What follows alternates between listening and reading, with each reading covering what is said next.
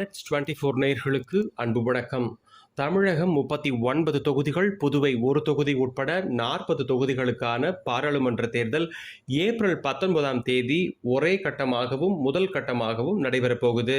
இந்த 40 தொகுதிகளில் நிற்கக்கூடிய வேட்பாளர்களோட பலம் என்ன, பலவீனம் என்ன, அந்த தொகுதியில் யாருக்கு மிக முக்கியமாக போட்டி நிலவுகிறதுன்னு பார்க்குறோம். இந்த வீடியோவில் வட சென்னையினுடைய கள நிலவரம் பற்றி தான் பார்க்க போகிறோம். சென்னையில் இருக்கக்கூடிய 3 பாராளுமன்ற தொகுதிகளில் ஒன்றான வடசென்னை தமிழ்நாட்டினுடைய 39 மக்களவை தொகுதிகளில் 2வது தொகுதி. இந்த தொகுதியில் திருவொற்றியூர், ஆர்கே நகர், பெரம்பூர், கொளத்தூர், திருவிக நகர் தனி மற்றும் ராயபுரம்னு 6 சட்டமன்ற தொகுதிகள் வடசென்னை பாராளுமன்ற தொகுதிக்குள்ள அடக்கம்.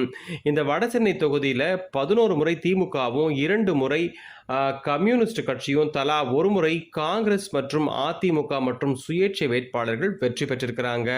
2019 தேர்தல் முடிவுகளை பார்க்கும்போது திமுகவினுடைய கலாநிதி வீராசாமி 62% அதிகமாக வாக்குகள் பெற்று மொத்தமாக 5,90,986 வாக்குகள் பெற்று வெற்றி பெற்றிருக்கிறாரு. இவர் முன்னாள் அமைச்சர் ஆற்காடு வீராசாமியினுடைய மகன். கலாநிதியை எதிர்க்க தேமுதிக வேட்பாளர் மோகன்ராஜ் 1,29,468 வாக்குகள் பெற்றார். மக்கள் நீதி மையம் சார்பாக போட்டியிட்ட ஏஜி மௌரியா 1,03,167 வாக்குகளை பெற்றிருக்கிறாரு. வடசென்னை தொகுதியை பற்றி சொல்லணும் அப்படின்னா, வடக்கு என்றாலே ஆட்சியாளர்களுக்கு அலர்ஜின்னு சொல்லக்கூடிய வகையில் வடசென்னையானது அடிப்படை வசதிகள் தொடங்கி வளர்ச்சி திட்டங்கள் வரை எல்லாத்துலேயுமே 2ஆம் பட்சமாக தான் இருந்துட்டு வருது. வணிகர்கள், அவர்களை சார்ந்து வாழக்கூடிய கூலி தொழிலாளர்கள், உற்பத்தி நிறுவனங்கள், அவற்றில் பணியாற்றும் தொழிலாளர்கள், மீனவர்கள், அதை சார்ந்த தொழிலில் ஈடுபட்டுள்ளவர்கள்னு இந்த தொகுதியில் பெரும்பான்மையான மக்கள் வசிச்சு வராங்க. குறிப்பா சாலை வசதி, குடிநீர், மின்சாரம் போன்ற அடிப்படை வசதிகளுக்கே போராடக்கூடிய சூழல் இன்றளவும் வடசென்னையில் தொடருதுன்னா உண்மைதான். மழை காலங்களில் வெள்ளத்தில் மிதக்கும் சென்னை என்று செய்திகளுக்கிடையே எண்ணெய் கசிவு, வாயு கசிவுன்னு வடசென்னை மக்களினுடைய துயரம் சொல்ல முடியாத அளவுக்கு தான் இருக்கு. இவற்றிற்கெல்லாம் நிரந்தர தீர்வு இன்னும் ஒரு எட்டாக்கனியாகவே இருக்குன்னு தான் இந்த தொகுதி மக்கள் சொல்லிக்கிறாங்க. அது மட்டும் இல்லாமல் ஆக்கிரமிப்புகள், அசுத்தமான சாக்கடை, கால்வாய்களால் கொசுக்கடி தொந்தரவு, சுகாதார கேடுன்னு வடசென்னை தொகுதியோட பிரச்சனைகள் நீண்டுட்டே போகுது. அடிப்படை வசதிகளில் வடசென்னை தொகுதி தமிழ்நாட்டினுடைய வேறு சில மாவட்டங்களை விடவும் ரொம்பவே பின்தங்கியிருக்கிறதா தான் கருதப்படுது.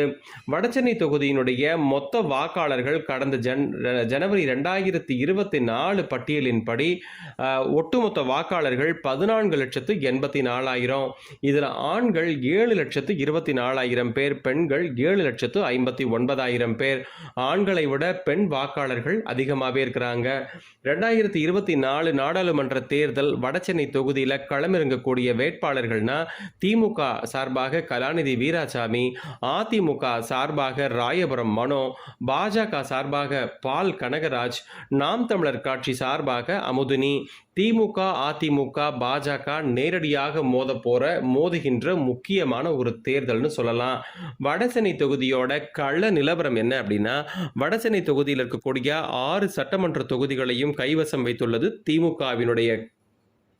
திமுக தான். திமுகவினுடைய கோட்டைன்னு சொல்லலாம். வடசென்னையை பொறுத்த மட்டும் பெருமளவு திமுக வாக்காளர்கள் அதிகமாக இருக்கிறாங்க. கடந்த மழை வெள்ள பாதிப்பு தேர்தலில் எதிரொலிக்கலாம். ஆனால் அது முடிவுகளை மாற்றுமானா நம்ம பொறுத்திருந்து தான் பார்க்கணும். அதிமுக சார்பாக ராயபுரம் மனோ களமிறங்கியிருக்கிறாரு. இவர் காங்கிரஸ் கட்சியினுடைய வடசென்னை மாவட்ட தலைவராக இருந்தவர். காங்கிரஸ் கட்சி தலைவர்களுடன் நெருக்கமாக இருந்த அவருக்கு தற்போது அதிமுகவில் வாய்ப்பு கிடைச்சிருக்கு. ஜெயக்குமாரினுடைய களப்பணி ராயபுரம் மனோவுக்கு ரொம்பவே கை கொடுக்கும் அப்படின்னு சொல்றாங்க.